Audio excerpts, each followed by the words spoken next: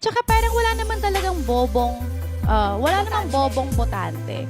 Meron tayong bobong sistema, pero walang bobong botante. And I feel like these voters vote for the people that are in power now because that is the knowledge that was instilled sa kanila. So, dapat natin baguhin yung sistema, education system, kung paano tayo pumipili ng leader, kung paano natin ilalagay yung leader. Tsaka gusto ko rin paalala sa inyo, yung mga minimum requirements na nasa konstitusyon natin na able to read and write. Minimum yon, hindi yon maximum.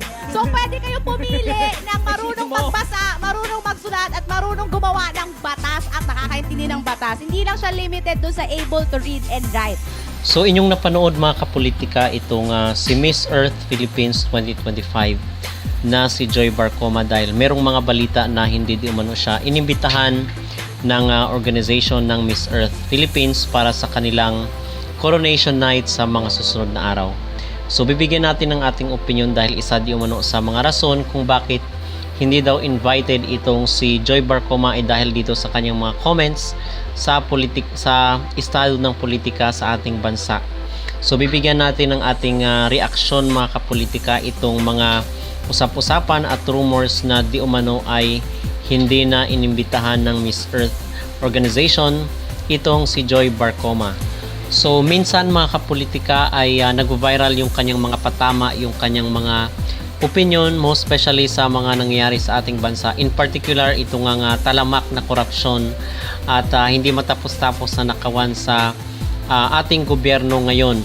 So, sino-sino pa man yung mga taong involved ay hindi naman nababanggit ni Joy Barcoma yung kung sino yung mga tao na pinapatamaan niya. So, siguro in general at marahil ay ang sabi ng ating mga netizen baka hindi di umano nagustuhan ng organization itong cause or advocacy ni Joy Barcoma dahil ang Miss Earth ay in particular siya sa environment. So sabi po dito sa post ng Miss Earth exclusive, just in, seems like the reigning Miss Philippines Earth 2026 Joy Barcoma will not be present to turn over her crown in Malitbog, Bukidnon on June 27, 2026. She already booked her flight, hotel, and HMUA and commissioned a designer for her farewell gown, yet the carousel only managed to inform her just today that the final walk will not push through. Rumors are circulating that reigning Miss Philippines Earth 2026 Joy Barcoma may not be present to personally crown her successor in Malitbog, Bukidnon on June 27, 2026. So ito ay report ng Philippine Pageants. At dito mga kapolitika sa balitang ito ay marahil hindi pa naman ito informed, marahil ay nakaapekto yung kanyang pagbibigay ng mga komento or mga opinion especially sa present na estado ng ating politika sa Pilipinas, most especially nga na kung saan ang mga dapat managot dito sa trillion peso na corruption sa ating bansa ay hindi pa rin napaparusahan. At kung ako naman, kung ako yung sa Miss Earth organization, sa tingin ko is hindi naman valid mga kapolitika at hindi siya reasonable na dahilan na hindi niya gagampanan yung kanyang paging reigning queen na ipasa yung corona doon sa magiging successor niya. Kasi in the first place, meron naman po kasi tayong karapatan sa malayang pamamahayag or yung freedom of expression na kung saan ay nakasaad po ito sa ating konstitusyon mga kapolitika ang pag-express ng ating nararamdaman mo, especially na tayo po ay nagbabayad ng buwis. So kung ito man po ang posisyon ni Joy Barcoma na mag-kritiko siya dito sa mga corrupt na mga opisyalis ng ating bansa, which we believe na talagang dapat naman rin talagang batikusin, most especially na nasa krisis ang ating ekonomiya, ay kinakailangan rin talagang batikusin mga kapolitika. So kahit wala naman ding sinasabi itong si Joy Barcoma kung sino yung mga taong involved, not unless ay talagang natatamaan sila dito sa mga patama ni Joy sa kanyang mga posts sa social media kung saan ay nagvo-viral pa nga paminsan-minsan. So itong kanyang pag-vocal ay siguro marahil hindi ito nagustuhan ng Miss Earth organization, pero hindi natin sinasabi mga kapolitika na ito talaga yung reason at totoo na hindi siya invited dito sa coronation para ipasa yung corona dito sa susunod na Miss Earth Philippines 2026. So, hindi pa ito kumpirmado, so siguro is abangan na lang po natin yung mga susunod na balita at mga latest na mga update dito sa balita na kung saan ay di umano itong si Joy Barcoma ay hindi na invited at hindi siya rarampa doon para ipapasa yung corona sa kanyang successor. Okay, so yun po ang aking maging reaksyon at maging opinion dito, kung saan ay nag-express lang po ng kanyang pagka-disgusto at kanyang opinion bilang isang nagbabayad ng buwis mga kapolitika. Meron po tayong karapatan na magsalita dito sa social media, okay? To express our freedom, dahil nasa malayang bansa naman po tayo, nasa demokratikong bansa naman po tayo nakatira, at walang dapat na magpipigil sa atin na magsalita, most especially dito sa seryosong problema ng ating bansa, at ito ay nakasaad po sa ating konstitusyon.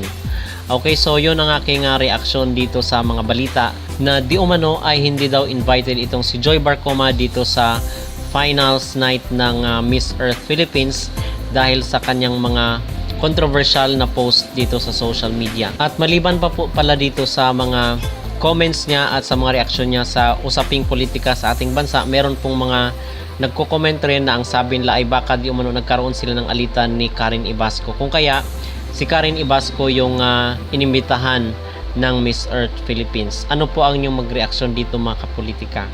Mag-comment down below at huwag kalimutang mag-like at mag-subscribe na rin kayo para updated kayo sa ating mga latest issue. How's your experience sa series ni Esnir? Alam nyo, panoorin nyo sa YouTube, supportahan nyo si Esnir para makabawi siya sa gastos. Sobrang, nung nag-usap kami ni Esnir after ng shoot ko sa kanya, sobrang laki ng ginastos niya for the production out of his own pocket. Si Esnir, hindi ko alam for others, pero si Esnir yung kumontak sa akin. Nag-message siya sa IG, sa Rainbow app, TikTok, we're best friends. Nag-message siya si Esnir sa Rainbow app asking me to be part of the series. Nag-offer pa siya ng TF, ganun. Tapos ako, kagigising ko lang nun. Tapos nabasa ko nag-message siya, go kagad, go, keme. Tapos nung na-release na yung, parang magbabayad daw siyang TF, sabi ko, no na. Parang masaya na ako na naging part ako nun. Kasi, parang from pandemic pa lang, pinapanood ko na yung mga videos ni Esnir, ganyan. So parang to be part of that craft is already enough for me. Pero syempre may mga production yun. Nung nandun ako, I did a lot of shoots in this lifetime. Dami ko na nagawang shoots, pero si Esnir yung isa sa mga pinaka maayos mag-alaga ng katrabaho. Una, pagdating ko doon, meron nang mag-a-assist sa'yo. May prod staff na nalalapit sa'yo kung saan ka pupunta, ano yung script mo, ganyan. Pangalawa, meron siyang tent na binigay para sa akin and sa ibang artists. Yung tent, air-conditioned. Pangatlo, may makeup artist siyang provide for me. May iba akong shoot na naranasan na pinapapunta ako sa venue, dapat all made up na kasi walang mag-aayos sa'yo, ganyan. Tapos meron ako mga hosting events na wala akong holding area. Alam niyo yung parang, wala whole day ako mag-host ng event, ang init-init, terik yung araw. Tapos wala kang holding area. Pero yun may holding area, may tent ka na sarili, may makeup artist ka, may catering pa siya for food. So hindi ka magugutom.